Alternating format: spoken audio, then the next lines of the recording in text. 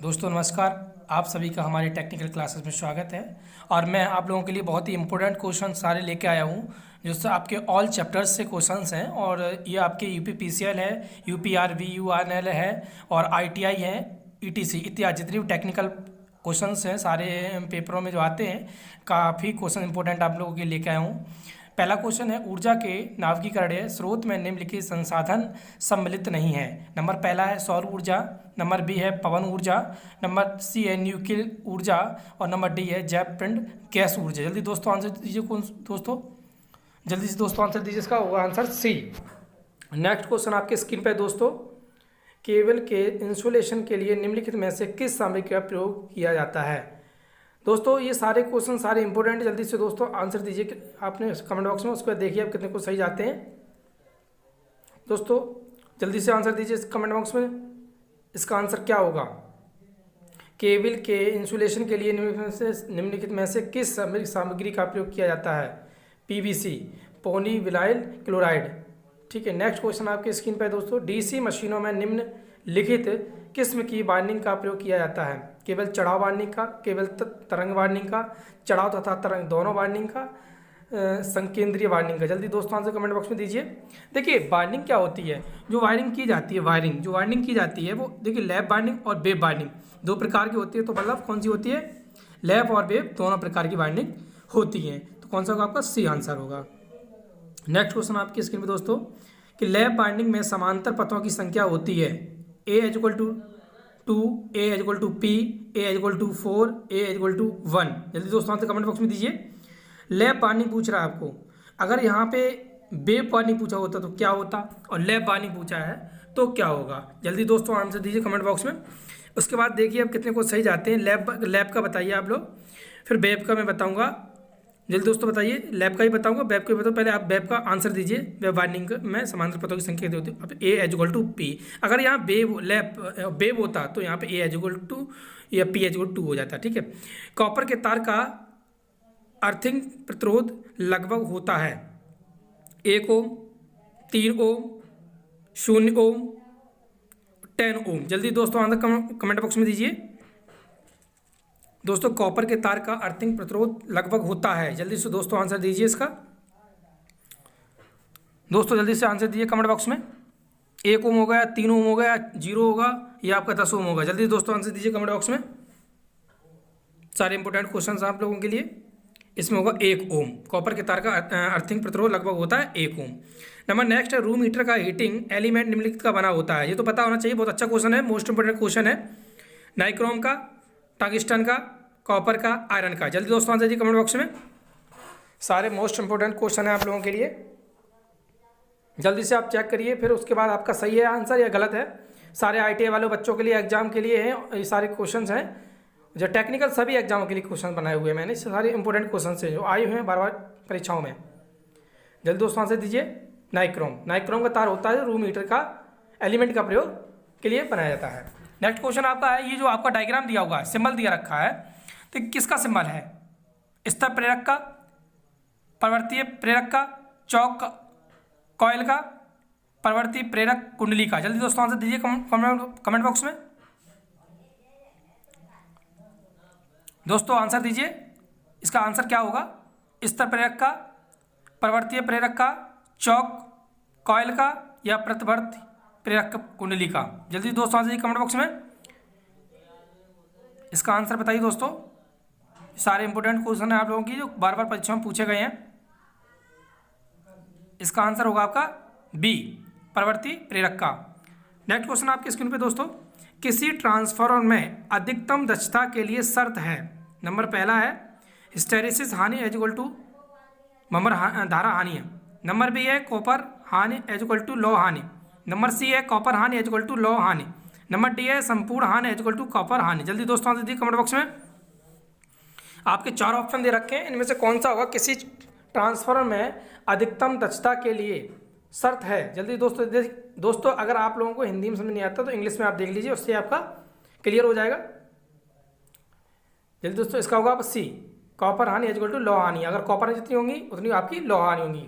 अगर आपकी 500 वाट कॉपर हानि हो तो 500 वाट ही आपकी लौ हानि होती है।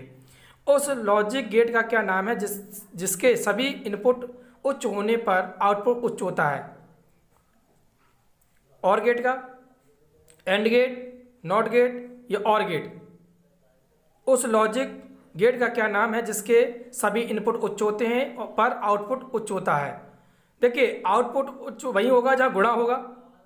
जहाँ क्लियर कर दिया, जहाँ गुणा होता है, गुणा किससे होता है आपको ये क्लियर हो जाएगा। अभी आपका एंड गेट होते हैं जो गुणा करे जाते हैं, ठीक है। तो यहाँ पे क्या हो, बढ़ जाता है।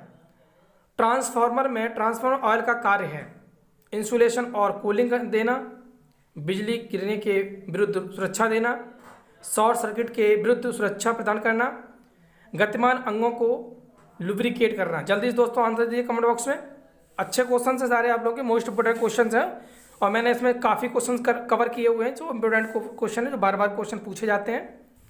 आप लोग कमेंट बॉक्स में आंसर जरूर दीजिए, जिससे आपको ये पता चलेगा कि कितने क्वेश्चन मैं भी देखूंगा आपने कितने क्वेश्चन सही किए हैं और आप उससे एवरेज लगाएं कितने सही हैं। इंसुलेशन और कूलिंग देना। नेक्स्ट क्वेश्चन आपकी स्क्रीन पर है, निम्न तनन केबल की वोल्टेज होती है 2 से 20 वोल्टेज, 400 वोल्टेज, 600 वोल्टेज, 1000 वोल्टेज। जल्दी दोस्तों आंसर दीजिए दोस्तों। 220 वोल्ट, 400 वोल्ट, 600 वोल्ट, 1000 वोल्ट। जल्दी दोस्तों आंसर दीजिए दोस्तों। इसका आंसर होगा आपका डी, 1000 वोल्ट। नेक्स्ट क्वेश्चन आपके स्क्रीन पे है दोस्तों, पी किस्म के अर्धचालक को प्रत्यय करने के लिए एक शुद्ध अर्धचालक में निम्नलिखित अशुद्धता मिलाई जाती है। जल्दी दोस्तों दीजिए, त्रिसंयोजक, टेट्रासंयोजक, पंचसंयोजक, इनमें से कोई नहीं। जल्दी दोस्तों आंसर दीजिए कमेंट बॉक्स में। इसमें से क्या मिलाया जाता है? इसमें मिलाया जाता है त्रिसंयोजक। नेक्स्ट क्वेश्चन आपके स्क्रीन पर, निम्न में से कौन सा प्रपात सीधे ही मेन से प्रचालित नहीं किया जाता है? वोल्टेज, दुगड़क, सेतु दृष्टकारी, अर्धतरंग दृष्टकारी, सेंटर टैप पूर्ण तरंग दृष्टकारी। जल्दी दोस्तों आंसर दीजिए। इसका आंसर होगा आपका डी, सेंटर टैप पूर्ण तरंग दृष्टकारी। मेगर का प्रयोग निम्नलिखित में के लिए किया जाता है? DC step voltage state. Number B है आपका एसी आवेश वोल्टेज टेस्ट। नंबर सी है आंशिक व्यावेशन टेस्ट। नंबर डी है इंसुलेशन प्रतिरोध टेस्ट। जल्दी बताइए दोस्तों, आपका जो मेगर होता है उसका जो आरपीएम जो आपको घूमने का 1 मिनट का होता है वो 160 आरपीएम पे घुमाया जाता है, तब ये काम करता है। ये छोटे जनरेटर की तरह कार्य करता है, जनरेटर की तरह। इसका हुआ डी, इंसुलेशन मापने के लिए प्रयोग किया जाता है। इसका 5000 ओम तक होता है। नेक्स्ट आपका निम्न में से किस मोटर का स्टार्टिंग बलागुण अधिकतम होता है? Universal motor, capacitor start motor, छादित पोल मोटर, और नंबर डी सभी में से स्टार्टिंग बलागुण शून्य होता है। जल्दी दोस्तों आंसर दीजिए। आपको मैंने बताया था यूनिवर्सल मोटर का भी टार्क होता है, कैपेसिटर स्टार्ट मोटर भी टार्क भी होता है उसका भी। जब इसमें से ये पूछा सबसे अधिक किसका होता है, जल्दी बताइए दोस्तों। इसका आंसर होगा बी, कैपेसिटर स्टार्ट मोटर। जो आपके घर पंखा लगा तो उसका इससे यूनिवर्सल मोटर से अधिक होता है, बेटर होता है। ओवरहेड ट्रांसमिशन लाइन में सबसे सामान्य किस्म का दोष होता है? डबल लाइन भूदोष, सिंगल लाइन भूदोष, 3 फेस दोष, लाइन दोष। जल्दी बताइए दोस्तों आंसर। ओवरहेड ट्रांसमिशन लाइन में सबसे सामान्य किस्म का दोष होता है? जल्दी से बताइए दोस्तों आंसर। 4 ऑप्शन दे रखे हैं आपको, ए बी सी डी। इसमें आपका होगा आंसर बी, सिंगल लाइन भूदोष। नेक्स्ट क्वेश्चन आपकी स्क्रीन पे दोस्तों, तुल्यकाली मोटर होती है सेल्फ स्टार्टिंग, गैर सेल्फ स्टार्टिंग, न्यूनीकृत स्लिप पर सेल्फ स्टार्टिंग, उच्च स्लिप पर गैर सेल्फ स्टार्टिंग। जल्दी से बताइए दोस्तों जल्दी से कमेंट बॉक्स में आंसर दीजिए। इसका क्या होगा? तुल्यकाली मोटर होती है सेल्फ स्टार्ट होती है? नहीं, इतना बता दो बस आप। अच्छा सा क्वेश्चन है, इसका आपको 4 ऑप्शन दे रखे हैं, इसमें कौन सा होगा कमेंट बॉक्स में आप आंसर दे सकते हैं। इसका आपको होगा बी, गैर सेल्फ स्टार्टिंग होती है। नेक्स्ट क्वेश्चन है, करंट ट्रांसफार्मर जब प्रयोग में ना आ रहा हो तब सेकेंडरी होनी चाहिए। जल्दी दोस्तों आंसर दीजिए। भू संपर्कित, विवृत परिपर्थित, लघु परिपर्थित, मीटर से कनेक्टेड। जल्दी से बताइए दोस्तों कौन आंसर इसका कमेंट बॉक्स में। करंट ट्रांसफार्मर जब प्रयोग में ना आ रहा हो तब, जल्दी बताइए दोस्तों, इसका होगा आपका सी, लघु परिपथी। नेक्स्ट क्वेश्चन आपके स्क्रीन पे, आवेश की यूनिट क्या होती है? बहुत अच्छा क्वेश्चन है। देखिए वोल्टेज दे रखा, वोल्टेज एम्पियर, नंबर बी है हेनरी, नंबर सी है फैराडे, नंबर डी है कूलाम। जल्दी देखो आवेश होता क्या, चार्जिंग की यूनिट क्या होती है? कूलाम या फैराड, हेनरी, वोल्ट, एम्पियर। जल्दी बताइए दोस्तों, जल्दी दोस्तों आंसर दीजिए कमेंट बॉक्स में। उसके बाद देखिए आप कितने सही जाते हैं आप लोगों के। इसका आंसर बताइए दोस्तों कमेंट बॉक्स में जल्दी से। इसका आंसर बताइए दोस्तों। इसका आंसर आपको होगा C, sorry D, coulomb. Next question आपकी स्क्रीन पर है, स्थैतिक विद्युत निम्नलिखित द्वारा उत्पन्न होती है? रासायनिक क्रिया, घर्षण, प्रेरण, घर्षण और प्रेरण दोनों। जल्दी से बताइए दोस्तों।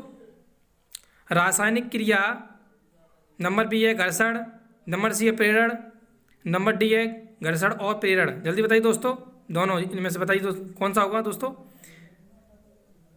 स्थैतिक विद्युत निम्नलिखित द्वारा उत्पन्न होती है? घर्षण।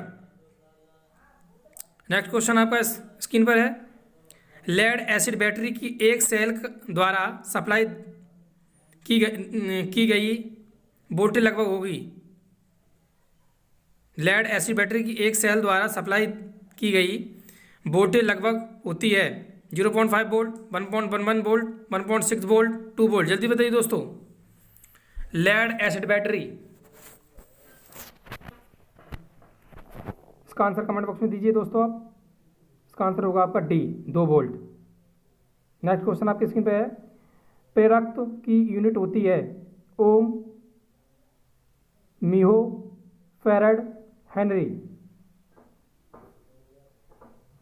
जल्दी दोस्तों आंसर दीजिए। प्रेरक की यूनिट होती है? ओम होती है, मीहो होती है, फैराड होती है, हेनरी होती है। जल्दी दोस्तों आंसर दीजिए कमेंट बॉक्स में। इसका आंसर आपका होगा हेनरी। नेक्स्ट क्वेश्चन आपके स्क्रीन पे दोस्तों, सेल श्रेणी में लगाई जाती है करंट रेटिंग में वृद्धि करने के लिए, वोल्टेज रेटिंग में वृद्धि करने के लिए, सेल की लाइफ बढ़ाने के लिए, स्थान का उपयोग करने के लिए। जल्दी दोस्तों आंसर दीजिए। सेल श्रेणी में लगाई जाती है, किस में लगाई जाती है, क्यों लगाई जाती है? करंट रेटिंग में वृद्धि करने के लिए, वोल्टेज रेटिंग में वृद्धि करने के लिए, सेल की लाइफ बढ़ाने के लिए, स्थान का उपयोग बढ़ाने के लिए। जल्दी दोस्तों आंसर दीजिए कमेंट बॉक्स में। इसका आंसर आपका होगा बी, वोल्टेज रेटिंग की में वृद्धि करने के लिए। नेक्स्ट क्वेश्चन आपके स्क्रीन पर है, 1.5 वोल्ट की 4 सेल समांतर में लगाई गई हैं, इनकी आउटपुट वोल्टेज होगी? सेल लगा रहे हैं समांतर में। जल्दी से बताइए दोस्तों आंसर। इसका आंसर क्या होगा? यहाँ पर आप प्रतिरोध वाला फॉर्मूला नहीं लगाएंगे। अगर प्रतिरोध वाला लगाएंगे तो गलत हो जाएगा। समांतर में वहाँ पर आपको जो लगाते हैं वो यहाँ लगाएंगे, गलत हो जाएगा। अगर आप यहाँ पर बैटरी लग 1.5 वोल्ट। नेक्स्ट क्वेश्चन आपका स्क्रीन पर, ट्रांसफार्मर की रेटिंग निम्नलिखित में होती है? जल्दी से ये तो पता होना चाहिए। के डब्ल्यू, के बी में, के डब्ल्यू एच में, के बी ए में। के डब्ल्यू जो होता है आपका जो होता है जनरेटर का होता है रेटिंग, के बी होती है छोटे ट्रांसफार्मर की होती है, के डब्ल्यू एच होती है जो घर में मीटर लगे तो उनकी होती है रेटिंग, और के बी ए आपकी किसकी रहेगी? आपकी ट्रांसफार्मर की होती है आपकी K V A, kilo volt ampere.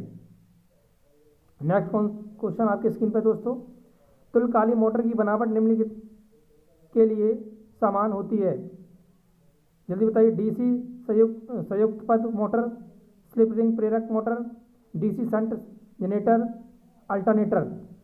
जल्दी दोस्तों आंसर दीजिए। इसकी जो बनावट होती है तुल्यकालिक मोटर की वो किसकी तरह होती है? निम्नलिखित में से किसके समान होती है? जल्दी से बताइए दोस्तों, कमेंट बॉक्स में आंसर दीजिए। उसके बाद देखिए आप कितने को सही जाते हैं आपके। इसका आंसर आपका होगा डी, अल्टरनेटर की तरह। नेक्स्ट क्वेश्चन आपके स्क्रीन पे दोस्तों, केक ब्रेकिंग के लिए घरेलू ओवन तापमान निम्नलिखित द्वारा नियंत्रित किया होता है। Thermostat, diode, RTD, DIAC. जल्दी से भाई दोस्तों आंसर, जल्दी से आप कमेंट बॉक्स में आंसर दीजिए। केक ब्रेकिंग के लिए घरेलू ओवन का तापमान निम्नलिखित द्वारा नियंत्रित होता है। किसके द्वारा होता है? डायोड क्या होता है? डायोड क्या होते हैं? आरटीडी क्या होता है? डीआईएसी क्या होता है? मैं नेक्स्ट वीडियो क्लियर करा दूंगा इसका भी आपको। इसका होता है थर्मोस्टेट। नेक्स्ट क्वेश्चन आपकी स्क्रीन पर है, गतिमान लौह माप यंत्र का प्रयोग निम्नलिखित पर किया जाता है। एसी और डीसी दोनों, केवल डीसी, केवल एसी और एसी। नंबर डी आपका है अतरंग दृश्यधार एसी। जल्दी दोस्तों आंसर दीजिए। गतिमान लौह मापक यंत्र का प्रयोग निम्नलिखित पर किया जाता है। एसी और डीसी दोनों में, केवल डीसी में, केवल एसी में, अतरंग दृश्यकृत एसी में। जल्दी बताइए दोस्तों आंसर। इसका आंसर आंसर बताइए जल्दी कमेंट बॉक्स में दोस्तों। इसका आंसर जल्दी बताइए। एसी डीसी में करते हैं या केवल डीसी में करते हैं, केवल एसी में करते हैं? जल्दी बताइए दोस्तों। इसका एसी और डीसी में दोनों में करते हैं मापने वाले यंत्रों का। नेक्स्ट है आपका द्विआधारी संख्या प्रणाली में प्रयोग होने वाले अंक हैं। देखो दोस्तों, इसका समझ में नहीं आता है तो ऊपर इंग्लिश में पढ़ लिया करो। तो इससे बाइनरी होता है इसका मतलब द्विआधारी का। तो बाइनरी नंबर संख्या कितनी होती है? मैंने आपको एक वीडियो डाल रखा है, उसमें क्लियर कर रखा है। तो इसमें बाइनरी नंबर होते हैं 1 और 0, दो होती है ना, 0 और 1। तो इसमें 1 और 0 लिखा हुआ है, तो कौन सी माना जाएगा इसमें? इसमें आपका आंसर होगा आपका, जल्दी दोस्तों आंसर दीजिए। क्या होगा आंसर? मैंने आप क्लियर करा दिया पूरा आपको, आप तो बता देंगे आप कमेंट बॉक्स में। इसका आंसर होगा सी, 0 और 1 और 0। या 0 1 होता तब भी सही होता। किसी कुंडली की प्रेरक निम्नलिखित पर निर्भर करती है। वायर के टर्नों की संख्या पर, करोड़ की सामग्री पर, वायर के अनुप्रस्थ प्रेषित क्षेत्रफल पर, इनमें से सभी। जल्दी से दोस्तों कमेंट बॉक्स में आंसर दीजिए। सारे इंपॉर्टेंट क्वेश्चन आप लोगों के लिए, और सारे ही आपके हर एग्जाम में ज़्यादातर एग्जामों में, टेक्निकल जितने एग्जाम होते हैं सभी में पूछे जाते हैं। और ये आपके क्वेश्चन काफ़ी बार आ चुके हैं, मैंने काफ़ी जगह से इनको मटेरियल इकट्ठा किया, उसके बाद आपको क्वेश्चन लेके आया हूँ, इनमें से सभी। नेक्स्ट क्वेश्चन आपके स्क्रीन पे दोस्तों, मानव शरीर से गुजरने वाली धारा के कोई सनसनाहट महसूस नहीं होती यदि उसकी मात्रा होती है 1 mA से कम, मेगा एम्पियर से कम, 1 से 8 मेगा एम्पियर से, 8 से 15 mA से कम mA, और 15 से 50 mA। जल्दी बताइए दोस्तों, मिनी एम्पियर तो कितनी होती है? अगर कम होगी तो कितना होगा? 1 मिनी एम्पियर से कम होगी तो आपको सनसनाहट नहीं होगी, करंट नहीं लगेगा। सिलिकॉन और जर्मेनियम का प्रयोग निम्नलिखित द्वारा किया में होता है। मैंने आपको करा दिया है, मैंने चालक क्या होता है, अर्धचालक क्या होता है, ऊष्मारोधी क्या होते हैं, ऊष्मारोधी क्या होते हैं, अर्ध ऊष्मारोधी भी क्या होते हैं। तो इसका क्या होता है? जो सिलिकॉन है और जर्मेनियम में क्या होते हैं? ये आपके अर्धचालक होते हैं, जो आपकी चिप वगैरह बनती हैं, डायोड वगैरह बनते हैं। तो ये क्या है? जितनी भी आपकी इंस्ट्रूमेंट अर्धचालक बनते हैं उनमें क्या है? सिलिकॉन जर्मेनियम का प्रयोग किया जाता है, इसमें बी। नेक्स्ट क्वेश्चन आपके स्क्रीन पे दोस्तों, निम्नलिखित पर निर्भर करता है। नंबर, केवल सप्लाई की आवृत्ति पर, केवल सेकेंडरी में टर्न की संख्या पर, नंबर सी है केवल क्रोड में अधिकतम फ्लक्स पर, और नंबर डी आपका आवृत्ति फ्लक्स और सेकेंडरी में टर्न। जल्दी दोस्तों आंसर दीजिए। ट्रांसफर की सेकेंडरी में प्रेरक विद्युत वाहक बल निम्नलिखित पर निर्भर करता है। किस पर निर्भर करता है? ट्रांसफर की सेकेंडरी में। जल्दी से दोस्तों आंसर दीजिए कमेंट बॉक्स में। केवल सप्लाई की आवृत्ति पर, केवल सेकेंडरी में टर्न की संख्या पर, केवल क्रोड की अधिकतम फ्लक्स पर। जल्दी दोस्तों डी आंसर, आवृत्ति और फ्लक्स और सेकेंडरी में टर्न तीनों पर करता है। अनतेजित सिंगल फेज तुल्यकाली मोटर है। हिस्टैरिसीस मोटर, यूनिवर्सल मोटर, बिक्सर्ड मोटर, एसी श्रेणी मोटर। जल्दी से दोस्तों आंसर दीजिए, अच्छा क्वेश्चन आप लोगों के लिए। अनुत्तेजित सिंगल फेज तुल्यकाली मोटर है। जल्दी दोस्तों आंसर दीजिए। अनुत्तेजित सिंगल फेज तुल्यकाली मोटर है। कौन सा होगा आंसर दोस्तों? कमेंट बॉक्स में दीजिए। इसका आंसर होगा आपका ए हिस्टेरेसिस हानिया। अगर मेरा वीडियो अच्छा लगा हो दोस्तों तो सब्सक्राइब करें, घंटी का बटन लाइक करें, शेयर करें और आप पूरा वीडियो देखने की बहुत बहुत धन्यवाद। आपका दिन शुभ रहे।